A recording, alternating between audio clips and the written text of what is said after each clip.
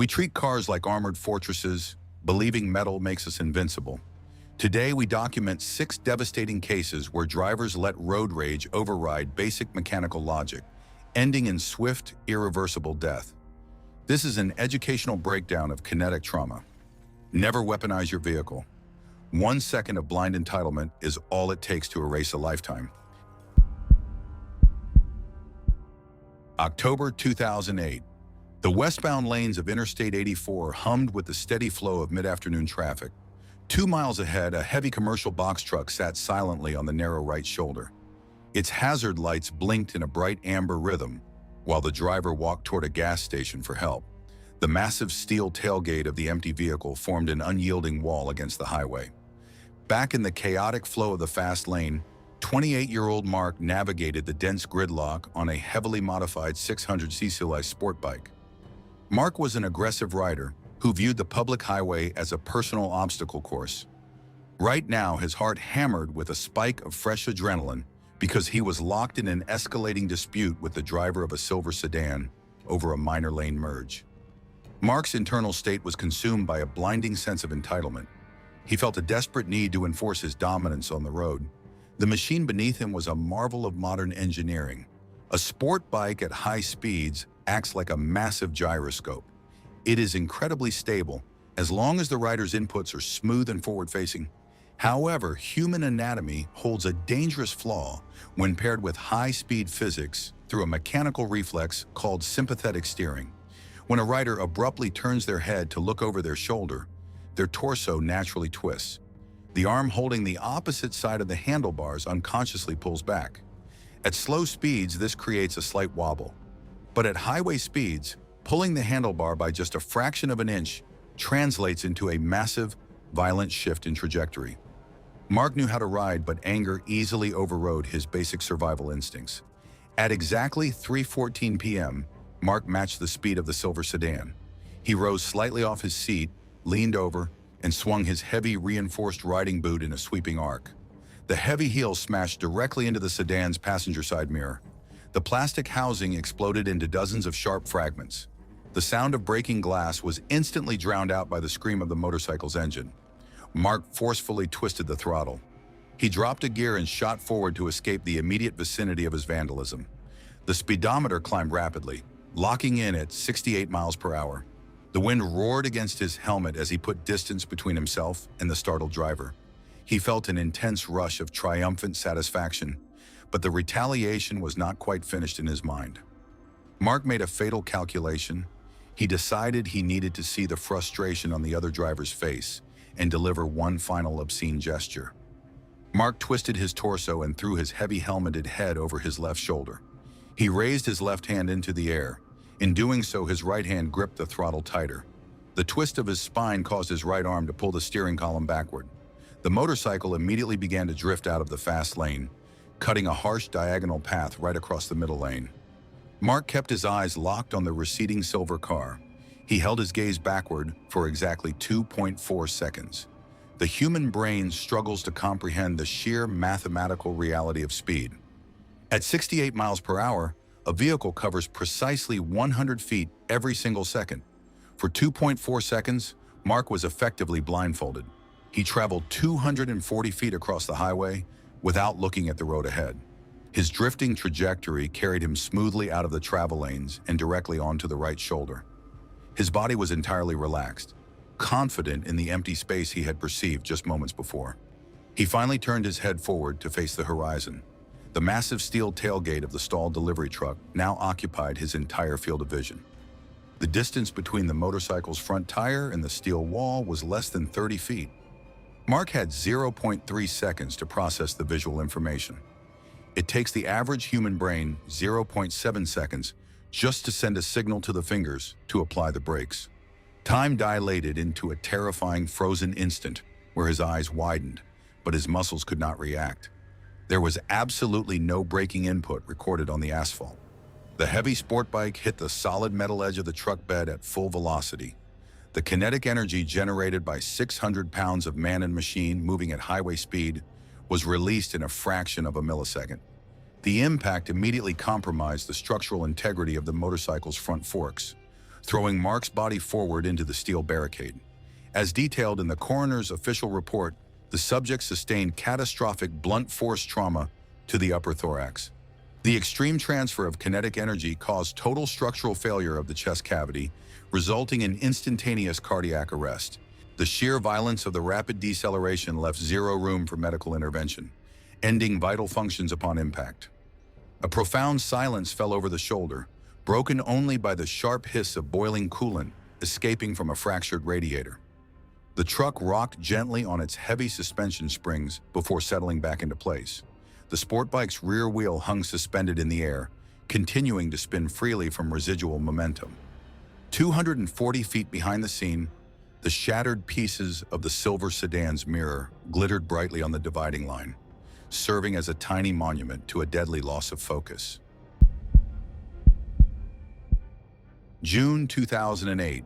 A heavy 12-volt electric motor emitted a faint, high-pitched whine as it drove a steel worm gear along a greased track. This tiny mechanical ballet happened silently inside millions of car doors every single day.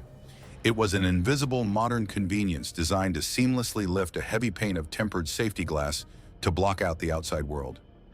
In a crowded suburban mall parking lot, the stagnant air felt thick, and the black asphalt radiated heavy waves of distorting heat. Near the western exit ramp, a small puddle of leaked power steering fluid slowly expanded across the hot pavement. 34-year-old David stomped across the baking asphalt with his fists clenched tightly at his sides. He was a man consumed by sudden, blinding territorial fury. A minor traffic misunderstanding at a busy stop sign had triggered a deep, explosive rage inside his mind. His sole objective was to physically intimidate the terrified 19-year-old driver of a heavily dented blue sedan. David's internal state was entirely focused on establishing violent dominance. He completely ignored the fundamental vulnerability of the human body when matched against heavy machinery. The power window regulator inside the sedan's door panel was built for ruthless efficiency. The core mechanism is a self-locking worm gear. This is a design that translates rotational energy into immense upward lifting torque. More importantly, mechanical physics dictates that a worm gear is a one-way street. It cannot be reversed by downward pressure. When an object is suddenly trapped between the rising glass and the rigid steel upper frame, it creates a powerful mechanical wedge. The electric motor simply pushes harder, locking the object into an inescapable friction vise. David reached the driver's side of the sedan, just as the teenager frantically tried to lock the doors. The window was still rolled down halfway. David screamed a harsh insult and lunged forward without a single moment of hesitation. He shoved his thick right arm deep into the cabin of the vehicle. He reached aggressively past the steering wheel to yank the metal keys directly out of the ignition cylinder. The young driver panicked entirely. Driven by pure survival instinct, the teenager simultaneously stomped on the gas pedal and pulled up hard on the main power window switch. The automatic mechanism engaged with a sharp mechanical click. The thick pane of safety glass shot upward toward the roofline. It caught David's forearm squarely against the unyielding steel doorframe. The heavy worm gear bit down hard and locked firmly into place, trapping David's arm in an uncompromising metal vise. The blue sedan surged forward with a loud roar of its four-cylinder engine. The violent burst of momentum jerked David's heavy torso forcefully toward the front of the car. The sudden realization of danger instantly erased his blinding anger. He was abruptly tethered to a 2-ton machine. He was forced into a desperate, awkward sprint right beside the moving door. His heavy work boots slapped wildly against the hot pavement as he struggled frantically to keep pace. The vehicle rapidly accelerated past 10 miles per hour. He desperately tried to wrench his trapped arm backward, but the friction lock held his limb with absolute authority. The accelerating car swiftly crossed the 15-mile-per-hour threshold. The human body is simply not biomechanically designed to sprint sideways while permanently tethered to an accelerating mass of steel. David's legs inevitably tangled together in the panicked stride. He lost his footing and stumbled hard on the slippery patch of spilled steering fluid. Gravity pulled his heavy body violently downward, but his right wrist remained perfectly pinned at the top of the steel window frame. This unusual anchor point created a deadly mechanical pendulum effect. The extreme forward inertia whipped his falling body backward and directly underneath the moving chassis. He was dragged violently under the rapidly rotating rear axle of the vehicle. The heavy metal undercarriage and the spinning rear tire impacted his upper body at high velocity. As detailed in the subsequent forensic and police incident reports, the subject sustained critical structural damage to the cranial vault and severe compression injuries to the upper cervical spine. The devastating physical trauma instantly disconnected the main pathways of the central nervous system, resulting in total loss of consciousness in a fraction of a millisecond. This catastrophic mechanical damage led directly to immediate and fatal systemic collapse. The damaged sedan finally screeched to a sudden halt 40 feet down the parking aisle. A thick cloud of vaporized tire rubber drifted lazily through the humid summer air. Deep inside the door panel, the small electric motor emitted a faint, rhythmic clicking sound. The automated relay was blindly attempting to push the glass a fraction of a millimeter higher. Back near the starting point of the conflict, a pair of crushed polarized sunglasses lay baking on the hot asphalt, while the electric trap maintained its unyielding grip in total silence. May 2004, 31-year-old Michael stomped aggressively across the oil-stained concrete of a downtown municipal parking garage, his vision entirely narrowed by a blinding wave of territorial rage. Above him, the harsh fluorescent lights buzzed with a low, continuous electrical hum on the desolate fifth floor. Concrete structures like this are meticulously designed with basic, passive safety measures to protect the public. The outer perimeter of every elevated floor is bordered by a solid, steel-reinforced concrete parapet. This protective barrier stands exactly 36 inches tall. It is specifically engineered to stop the rubber tires of a slow-rolling vehicle from breaching the dangerous edge.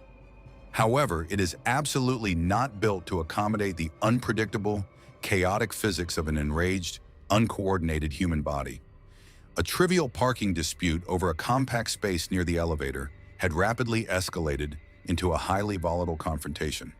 He gripped a solid aluminum baseball bat tightly in his right hand. The metal warmed quickly against his sweating palm.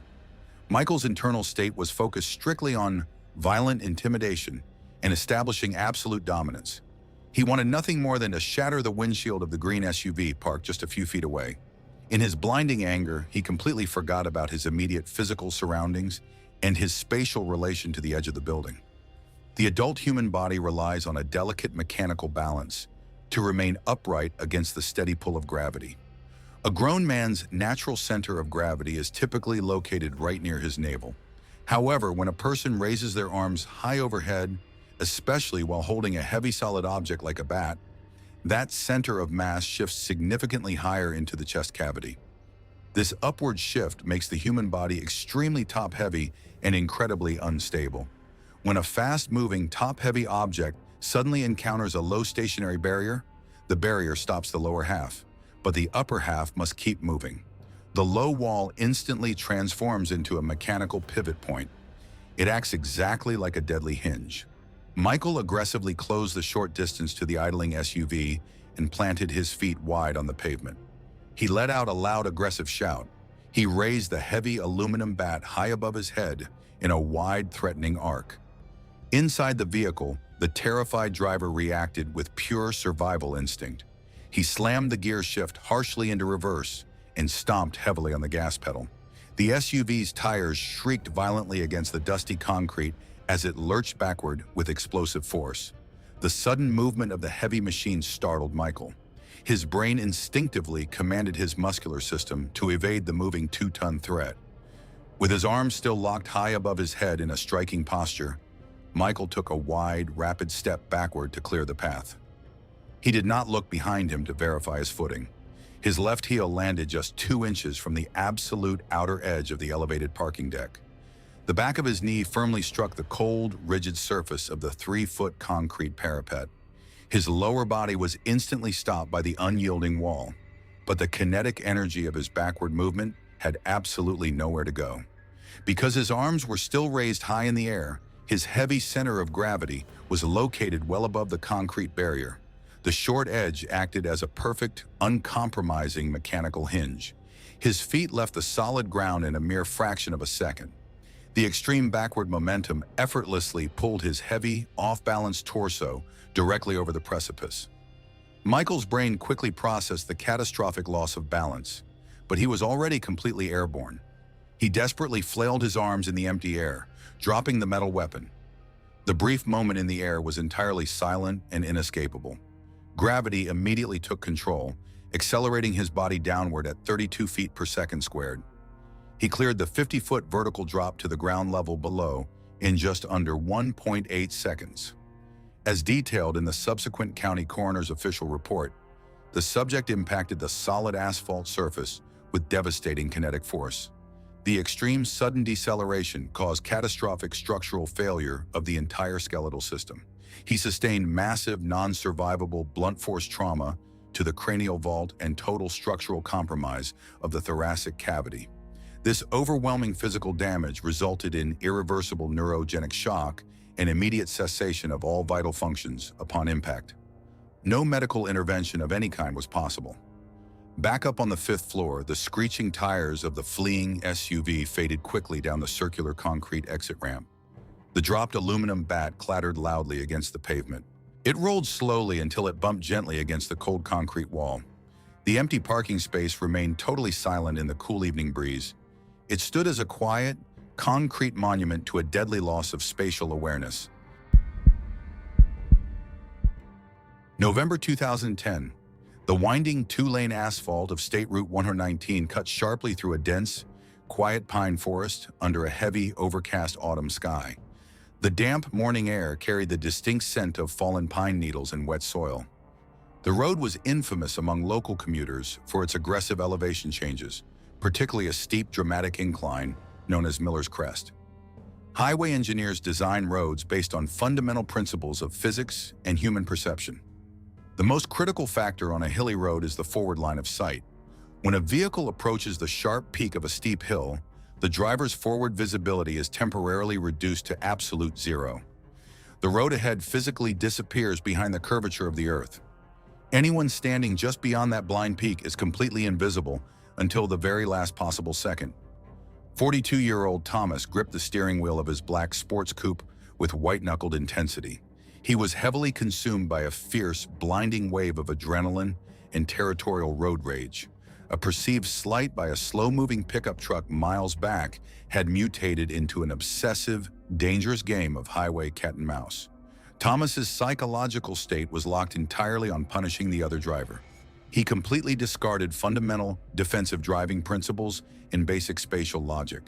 He aggressively pressed the accelerator to the floor, forcing his coupe into the opposing lane to execute a reckless, high-speed pass. He successfully overtook the pickup truck just as they ascended the steep grade of Miller's Crest. The exact moment his vehicle crossed over the sharp, blind peak of the hill, Thomas made a highly irrational and fatal tactical decision. He wanted to force a direct, face-to-face confrontation.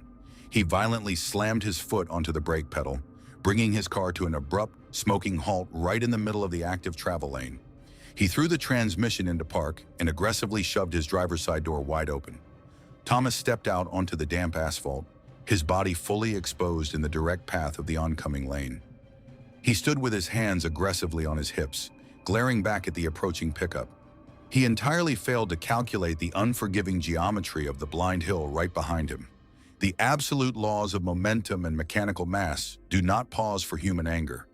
Exactly 3 seconds after Thomas stepped onto the pavement, a massive 15-ton commercial touring bus crested the blind peak at 55 miles per hour.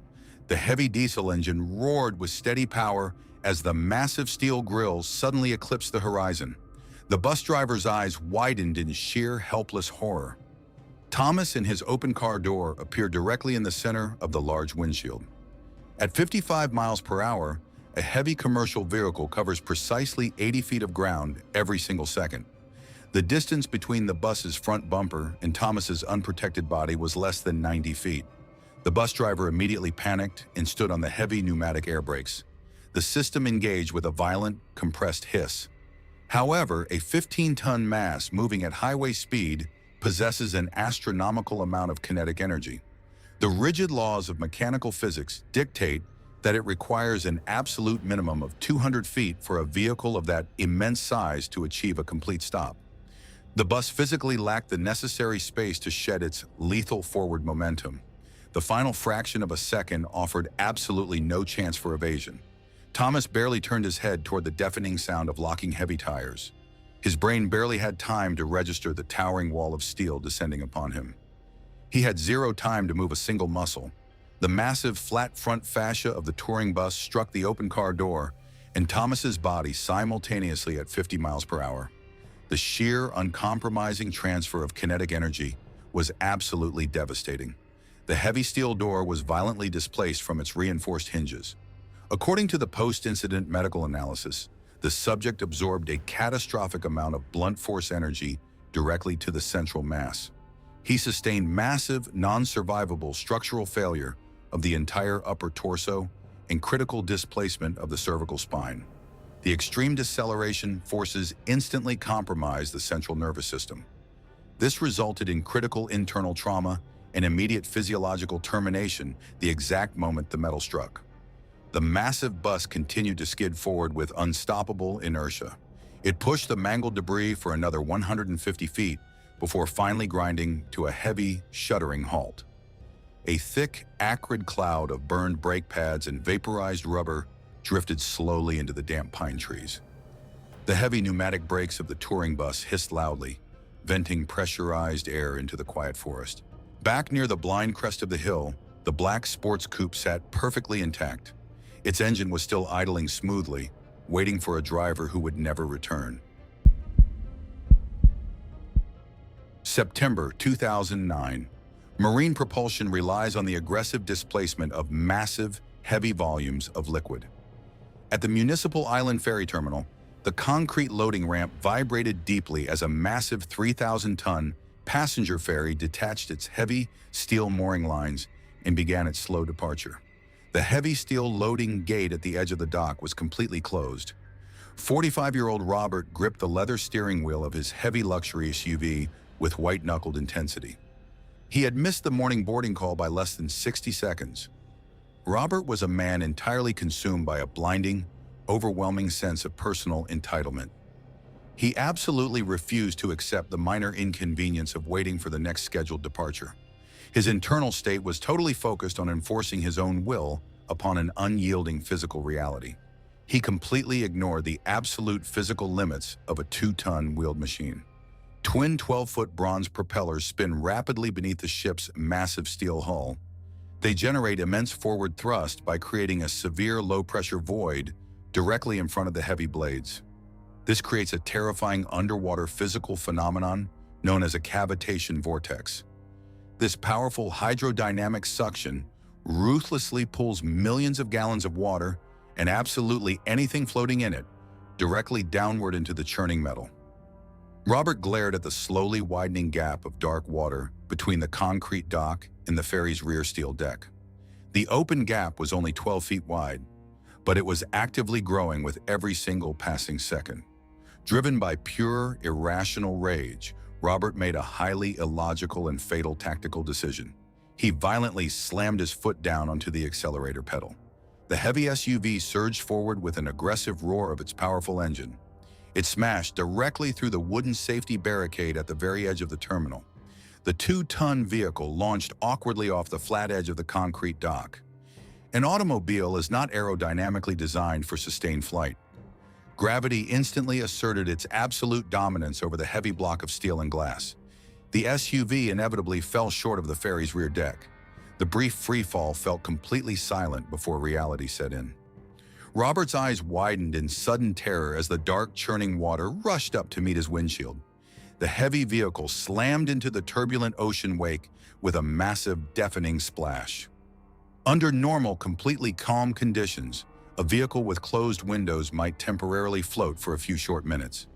However, the violently disturbed water directly behind a departing ferry is anything but calm.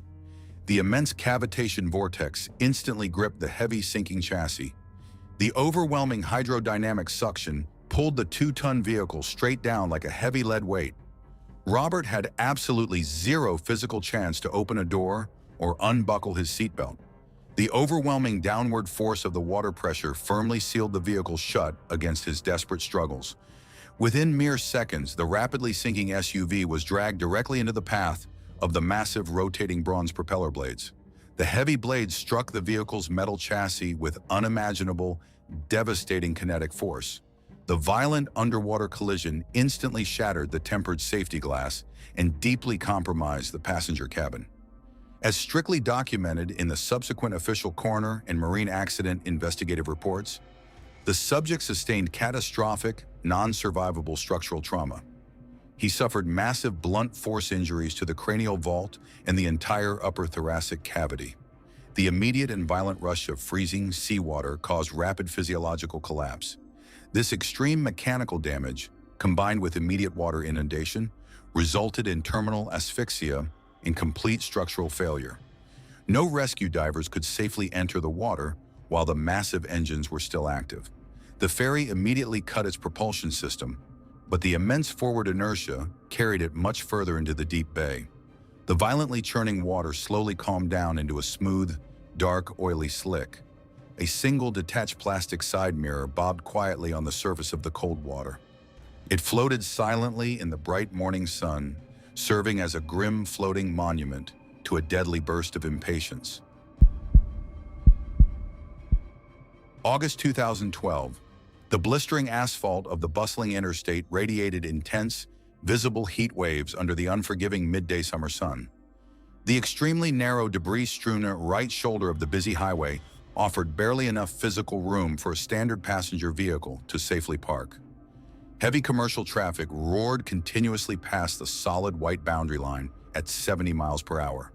The endlessly passing cars created a deafening, continuous wind tunnel effect that violently shook the surrounding humid air.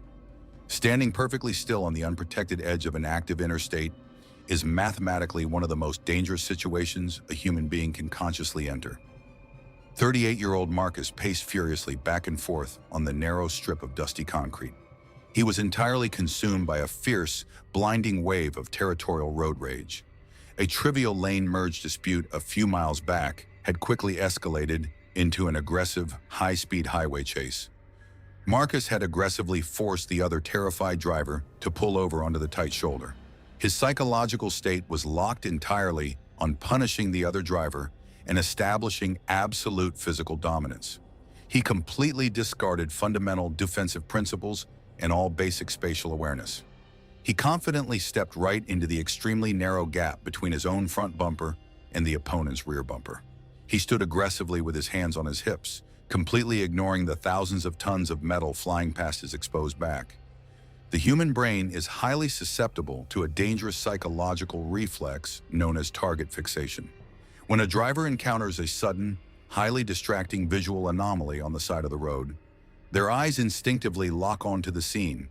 Through a powerful, unconscious neuromuscular link, the driver's hands will subtly turn the steering wheel in the exact direction of their fixed gaze. The vehicle naturally and uncontrollably drifts toward whatever holds the driver's intense attention. Exactly 2 minutes into the heated argument, a distracted 50-year-old man in a heavy 2-ton luxury SUV approached the chaotic scene at full highway speed. He quickly noticed the two angry men screaming at each other on the side of the road. Driven by morbid curiosity, the third driver stared intently at the escalating conflict. He completely failed to monitor his forward trajectory. The heavy SUV smoothly and silently drifted completely over the solid white boundary safety line. The rigid laws of mechanical mass and momentum do not pause for human arguments. Physics allowed zero margin for error in the final split second. Marcus was still screaming at his opponent when he suddenly heard the deafening roar of locked, sliding tires directly behind his own parked vehicle. His brain barely had time to register the rapidly approaching threat. He had absolutely zero time to move a single muscle to escape the incredibly tight gap. The heavy SUV struck the rear end of Marcus's parked car at a speed of 65 miles per hour. The sheer, uncompromising transfer of kinetic energy was absolutely devastating. The massive force violently launched Marcus's vehicle forward. The heavy steel front bumper of his own car slammed directly into his unprotected back. It forcefully pinned him against the unyielding metal trunk of his opponent's car. He was instantly trapped as a physical spacer between two unyielding walls of solid steel. The total kinetic energy of a 2-ton object moving at highway speed was completely absorbed by his fragile human frame. Forensic pathology confirmed that the subject absorbed a catastrophic amount of blunt force crush energy directly to the central mass. He sustained massive, non-survivable structural failure of the entire pelvic region and total collapse of the thoracic cavity. The extreme sudden compression forces instantly caused catastrophic damage to vital internal systems and deeply compromised the central nervous system. This catastrophic mechanical damage resulted in total physiological collapse. It directly caused rapid circulatory collapse, leading to immediate and fatal systemic termination upon the exact moment of the crushing impact. The heavy SUV finally ground to a shuddering halt, leaving a long, dark trail of burned rubber on the hot asphalt. The white safety airbags inside the striking vehicle slowly deflated with a soft, powdery hiss. A thick cloud of vaporized engine coolant hissed violently from a shattered radiator, drifting slowly over the mangled pile of twisted metal. The heavy interstate traffic simply shifted one lane over and continued its relentless, high-speed roar. The deeply crushed vehicles remained permanently locked together in the stifling summer heat, standing as a quiet, horrific monument to a fatal lack of situational awareness. The morgue is full of people who had the right of way. In these cases, both parties fed the escalation until physics took over. So, who carries the real guilt? The one who started the argument or the one who refused to walk away? Drop your clinical verdict in the comments below. Let's see who actually understands consequence. Subscribe and like if you value survival over street justice.